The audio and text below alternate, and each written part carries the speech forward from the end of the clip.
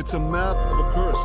It's a map of an arc of terror that Iran has created and imposed from the Indian Ocean to the Mediterranean. क्या नजदीक आ गया है Iran का अंत? क्या तीसरे विश्व युद्ध की बुनियाद बनेगा ईरान का खात्मा? इजराइल अमेरिका मिलकर तय करेंगे ईरान की तबाही। आखिर क्या है ईरान के खात्मे के बड़े संकेत? आखिर कैसे ईरान मिटा रहा है अपना वजूद? दोस्तों, फिलहाल मिडिल ईस्ट में वर्ल्ड वॉर 3 स्टार्ट होने के आसार पिक पर दिख रहे हैं, क्योंकि ईरान और इजराइल के बीच कॉन्फ्लिक्ट 7वें आसमान को छू रहा है। इवन हाल ही में वक्त ईरान इजराइल के ऊपर 180 मिसाइल भी दाग चुका है, जिसे लेकर दुनिया भर में चिंता जताई जा रही है, क्योंकि इस मामले के बाद जवाब में इजराइल ने भी दुनिया के सामने साफ जाहिर कर दिया है कि वो इस हमले का जवाब जल्द ही एक बड़े हमले के साथ देगा। एंड अगर ऐसा होता है तो मिडिल ईस्ट में तीसरा वर्ल्ड वॉर जल्द ही देखने को मिल सकता है। और ये वॉर कितना घातक साबित होगा, इसका अंदाजा आप इसी बात से लगा सकते हैं कि इजराइल को अमेरिका जैसा पावरफुल मुल्क फुल सपोर्ट कर रहा है। यानी अगर ये वॉर शुरू होती है तो इसमें ईरान को बहुत कुछ गंवाना पड़ सकता है। तो अब सवाल उठता है कि आखिर किन रीजंस के चलते ईरान इजराइल और अमेरिका से दुश्मनी मोल रहा है? आखिर क्यों ईरान अपने ही पैरों पर कुल्हाड़ी मारने का काम कर रहा है? क्या ईरान के पास इजराइल से भी बड़ी ताकतें मौजूद हैं? और आखिर इसके अलावा वो कौन सी वजह है जिसके चलते कुछ सालों में ईरान के अंत की अटकलें लगाई जा रही हैं? सब कुछ जानेंगे आज के इस वीडियो में, बस बने रहिए वीडियो के आखिर तक। दोस्तों, इजराइल और हमास के बीच 1 साल से चल रही जंग की आग पूरे मिडिल ईस्ट में तेजी से फैल रही है। गाजा पट्टी पर हमास के साथ जंग और इसके साथ इजराइल ने लेबनान और ईरान पर सीधे हमले शुरू कर दिए हैं। दरअसल इजराइल के हमले में हिजबुल्लाह के चीफ नसरल्लाह की मौत हो गई थी। बता दें कि ईरान हिजबुल्लाह संगठन को बड़े पैमाने पर सपोर्ट करता है, इसलिए ईरान ने भी बहरहाल इजराइल के इस हमले का बदला इजराइल पर 180 मिसाइलें दाग कर लिया है। हालांकि इस हमले से इजराइल को ज्यादा नुकसान नहीं हुआ, फिर भी हाल ही में इजराइल ने अपने मंसूबे साफ जाहिर करते हुए ईरान को हमले के लिए चेतावनी दी थी कि वो इससे हमले का जवाब जरूर देगा।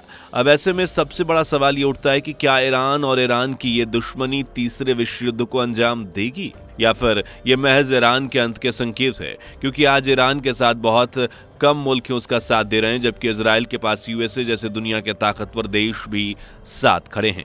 इनफैक्ट इसके अलावा भी आज ईरान अपने ही देश के अंदर तमाम प्रोटेस्ट को झेल रहा है।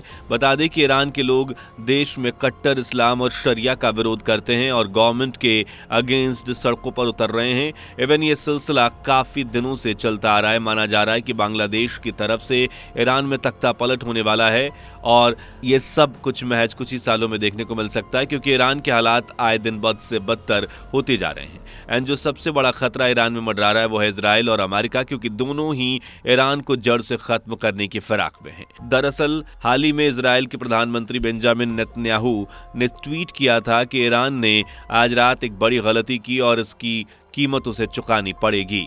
वहीं इजराइल के रक्षा मंत्री गैलेंट ने ट्वीट किया कि मैंने आज शाम वरिष्ठ रक्षा अधिकारी के साथ कमांड और कंट्रोल सेंटर में बिताया और इजराइल पर ईरानी मिसाइल हमले के खिलाफ आईडीएफए की सफल रक्षा को करीब से देखा। ईरान ने एक साधारण सबक नहीं सीखा है। जो लोग इजराइल राज्य पर हमला करते हैं उन्हें भारी कीमत चुकानी पड़ती है। वहीं से लेकर अमेरिकी उपराष्ट्रपति कमला हैरिस ने कहा कि आज ईरान ने लापरवाही से हमला करते हुए इजराइल पर लगभग 200 बैलिस्टिक मिसाइल्स दागी। मैं इस हमले की स्पष्ट रूप से निंदा करती हूं। ईरान मिडिल ईस्ट में एक अस्थिर करने वाली खतरनाक ताकत है और इजराइल पर आज का हमला इस फैक्ट को और अधिक जाहिर करता है। इससे पहले आज मैं राष्ट्रपति बाइडेन और हमारी राष्ट्रीय सुरक्षा टीम के साथ इस सिचुएशन रूम में हूं, क्योंकि हमने वास्तविक समय में हमले की निगरानी की और सुनिश्चित किया कि क्षेत्र में अमेरिकी कर्मियों की सुरक्षा सर्वोपरि है। इसके साथ उन्होंने कहा कि हम हमले के इम्पैक्ट का आकलन करने के लिए अभी भी आईडीएफ और इजराइल के अधिकारियों के साथ काम कर रहे हैं, लेकिन इस वक्त हमें इजराइल में किसी की मौत की जानकारी नहीं है। हमें इजराइल में विमान या रणनीतिक सैन्य संपत्तियों को किसी नुकसान की जानकारी नहीं है। यानी दोस्तों, जाहिर सी बात है कि भले ही ईरान ने इजराइल के ऊपर तकरीबन 200 मिसाइल्स दागी, पर इस हमले का कोई खास नुकसान इजराइल को नहीं झेलना पड़ा। लेकिन अब इजराइल इस हमले का बदला जरूर देगा और इसमें अमेरिका भी उसका बखूबी साथ निभाने वाला है। अगर ऐसा होता है तो फिर ये एक बड़ी वॉर साबित होने वाली है और इससे सबसे बड़ा खतरा ईरान के ऊपर मंडरा रहा है, क्योंकि भले ही ईरान के पास खुद की ताकत मौजूद है पर उसके साथ कुछ आतंकी संगठनों के अलावा कोई खास मुल्क साथ में नहीं है। इवन आज के दौर में ईरान की खुद मुस्लिम देशों से नहीं बनती और अरब देशों से उसकी दुश्मनी तो जग जाहिर है। दोस्तों, जाहिर सी बात है कि ईरानी हमले के साथ ही वेस्टर्न एशिया में युद्ध का संकट गहरा हो गया है, क्योंकि अमेरिका इजराइल की मदद के लिए मैदान में कूद गया है और इससे पहले हिजबुल्लाह के खिलाफ जमीनी कार्रवाई के लिए इजरायली सेना एक हफ्ते पहले ही टैंकों के साथ साउथ लेबनान में घुस गई है। हालांकि आतंकी संगठन हिजबुल्लाह ने इससे इनकार किया है। आपकी जानकारी के लिए बता दी कि अमेरिका ने महज कुछ घंटे पहले ही ईरानी हमले को लेकर इजराइल को सचेत कर दिया था। उसने कहा था कि ईरान कुछ घंटों में बैलिस्टिक मिसाइल से हमला कर सकता है, जो कि 12 मिनट से भी कम समय में टारगेट को भेज सकती है। ईरानी मिसाइल्स के हमले की वजह से पूरे इजराइल में सायरन की आवाज गूंजती रही। हमले के बाद इजराइल ने अपने लोगों से कहा कि जब तक कहा न जाए सुरक्षित ठिकानों पर रहें। यही रीजन है कि हमले के बाद भी इजराइल को खासा नुकसान नहीं झेलना पड़ा। ईरानी हमले के दौरान इसी बीच बाइडेन सरकार ने अमेरिकी सेना को ईरानी मिसाइल्स को मार गिराने के आदेश दिए हैं। ईरान द्वारा मिसाइल्स दागने के तुरंत बाद व्हाइट हाउस इस पर लेकर चर्चा की गई और बयान जारी किया गया। अमेरिका ने कहा कि पश्चिम एशिया में 40,000 अमेरिकी सैनिक पहले ही तैनात हैं। इजराइल की मदद से कुछ हजार एक्स्ट्रा सैनिक भेजे जा रहे हैं। साथ ही ओपन वार्निंग दी गई है कि इजराइल के विरुद्ध सीधा हमला करने के लिए ईरान को गंभीर परिणाम भुगतने होंगे, यानी कि अमेरिका भी अब मैदान में ईरान के अगेंस्ट उतरने वाला है। दोस्तों, वहीं दूसरी तरफ हिजबुल्लाह के चीफ प्रवक्ता मोहम्मद अफीफ ने कहा है कि इजराइल का लेबनान में घुसने का दावा झूठा है। अगर वे सीमा पार करते हैं तो हमारे लड़ाके सीधी जंग के लिए तैयार हैं। इस दौरान इजराइल ने रात भर दक्षिण लेबनान में टारगेट पर हवाई हमले भी किए। सीरिया के दमिश्क में इजरायली हमले में 3 नागरिकों की मौत हो गई, जबकि 9 घायल हो गए। उधर हिजबुल्लाह ने कहा है कि उसने तेल अवीव के पास 2 इजरायली खुफिया एजेंसियों को निशाना बनाते हुए मीडियम रेंज की मिसाइलें दागी। दोस्तों, अगर देखा जाए तो ईरान के पास हिजबुल्लाह और हमास जैसे खतरनाक आतंकी संगठनों का समर्थन और ईरान भी इन आतंकी संगठनों को खूब फंडिंग करता है। लेकिन इजराइल के पास अमेरिका जैसी दुनिया की सबसे पावरफुल ताकत है जो ईरान को डिस्ट्रॉय करने के लिए काफ़ी है।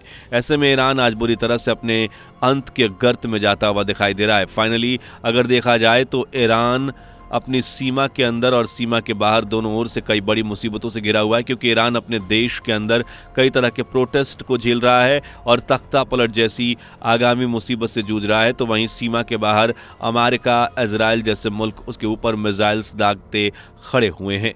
अब ऐसे में ईरान आज तमाम बड़ी परेशानियों को झेल रहा है और अपने वजूद के लिए लड़ता हुआ नजर आ रहा है।